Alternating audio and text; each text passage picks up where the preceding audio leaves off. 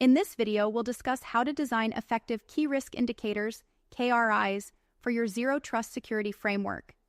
Zero Trust is a critical strategy for navigating today's complex threat landscape. It requires a thoughtful, strategic approach. KRIs are a key component of Zero Trust, helping you monitor and measure the health of your security posture. Designing the right KRIs is essential to get visibility into potential risks and vulnerabilities in your Zero Trust environment. We'll cover the key elements to consider when defining your Zero Trust KRIs to ensure they provide the insights you need. By the end of this session, you'll have a framework for developing a comprehensive set of KRIs to strengthen your Zero Trust security.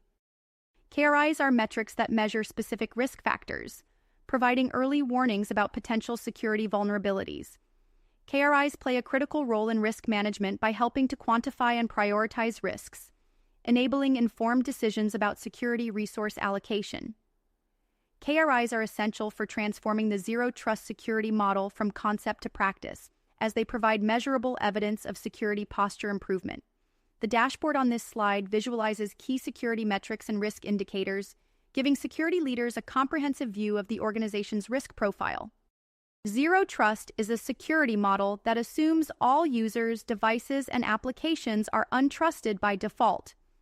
It focuses on 7 key pillars to enable a comprehensive security approach: visibility and analytics, comprehensive monitoring and threat detection to gain full visibility across the environment, automation and orchestration, automated policy enforcement and workflow coordination to respond quickly to threats, identity, robust user authentication and authorization to control access devices, endpoint security and compliance to ensure devices meet security standards, networks, segmentation and traffic monitoring to control and inspect network activity, applications, workload protection and API security to safeguard critical business applications, data, classification, encryption, and access control to protect sensitive information.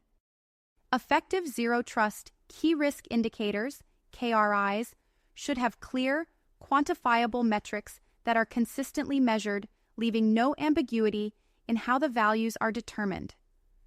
They should be forward-looking, providing early warning signals of emerging risks and giving adequate time for remediation before any impact. The KRIs should be directly aligned with the organization's business objectives and risk appetite, reflecting the company's priorities and security strategy.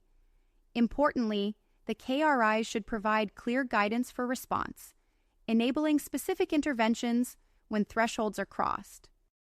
Identity-based key risk indicators, KRIs, help organizations monitor and manage identity-related security risks. Failed authentication rates and patterns can indicate credential stuffing attacks, which we need to investigate and mitigate.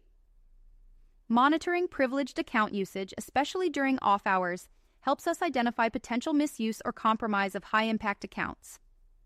Tracking multi-factor authentication, MFA adoption is crucial. Lower rates create security gaps that attackers can exploit. Detecting anomalies in user access behavior, such as unusual locations or resource usage, can signal account compromise that requires swift action. The slide outlines 4 key risk indicators related to devices and endpoints within an organization. First, we have the managed versus unmanaged device ratio. The higher the percentage of unmanaged devices, the more blind spots the organization has in terms of visibility and control. Next is the compliance rate, the proportion of devices meeting the organization's security policy requirements. Non-compliant devices present elevated risk that needs to be addressed. Third is patch timeliness, the average time it takes to apply critical security patches. Extended windows for patching create opportunities for exploitation. Finally, the EDR, endpoint detection and response, coverage metric shows how many endpoints have these crucial security tools deployed. Gaps in coverage leave blind spots that could be exploited. Monitoring and optimizing these 4 device-based key risk indicators can help the organization maintain better visibility, compliance, and protection across the endpoint environment. Microsegmentation is an important security measure that limits the potential for lateral movement by attackers. The more of the network that is divided into secure zones, the better. Encrypted traffic is critical to protect sensitive data from interception. We want to see a high proportion of network traffic using encryption protocols. Monitoring for traffic anomalies can help detect signs of command and control activity or other malicious behavior. Unusual data flows or volumes may indicate an active threat. Rapid detection of lateral movement is key to preventing deeper compromise. We want to minimize the time it takes to identify unauthorized internal network traversal. These network-based key risk indicators give us visibility into the security posture of our infrastructure and the potential for cyber threats. Tracking these metrics helps us assess and improve our overall cybersecurity resilience. Vulnerability tracking. This metric tracks the number and severity of application flaws that are discovered. It's a key indicator of application security posture and the effectiveness of our vulnerability management processes. Legacy app percentage. This measures the proportion of outdated applications that are still in use across the organization. Tracking this helps us identify and prioritize legacy app modernization efforts. API security coverage.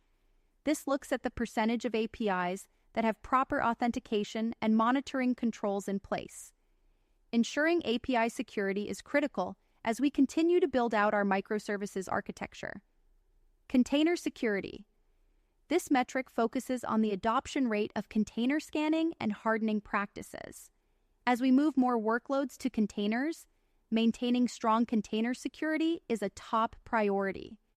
Data classification accuracy is a key metric for measuring how well our data is being properly labeled by sensitivity level. We want to ensure a high percentage of our data is correctly classified so we can apply the right security controls.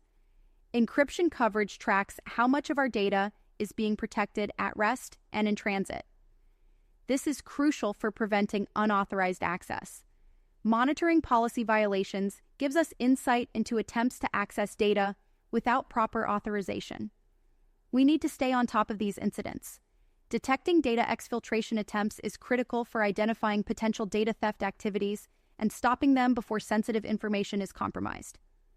These data-centric KRIs provide a comprehensive view of our data security posture and help us identify areas that need improvement. The Security Operations Center image sets the stage for this slide, showing the importance of visibility and analytics in security operations. Mean time to detect is a key metric for measuring how quickly we can identify security incidents. The lower this time, the better SIEM coverage looks at how much of our environment is actually sending logs to the central monitoring system. Higher coverage is better for visibility. Threat intelligence effectiveness shows how well we're leveraging external data sources to improve our detection capabilities. Logging enablement measures how much of our infrastructure has proper audit logging enabled. This is crucial for investigation and forensics. Automation and orchestration are key to improving security operations and reducing risk. Let's look at some key risk indicators, KRIs, we can use to measure the effectiveness of our automation efforts. Automation percentage. This tracks the proportion of security processes that run without human intervention, giving us insight into how much we've been able to automate mean time to respond. This measures the average time between detecting a threat and containing it, which automation can help reduce policy consistency. This looks at how uniformly we're enforcing security policies across different environments like cloud and on-premises policy review frequency. This tracks how often we're reviewing and updating our security policies to keep up with changing threats and requirements. Incomplete or inconsistent security data is a major challenge for accurately measuring our key risk indicators, KRIs, under a zero-trust model. We need to address cultural resistance and get buy-in from stakeholders for the stricter controls and increased monitoring required by zero trust. The complexity of our multi-cloud and hybrid environment makes it difficult to achieve uniform measurement and visibility across the entire IT landscape. We have to carefully balance the security rigor of zero trust with the productivity needs of our users to avoid overly burdensome controls that negatively impact their experience. To adapt and refine our zero trust approach continuously.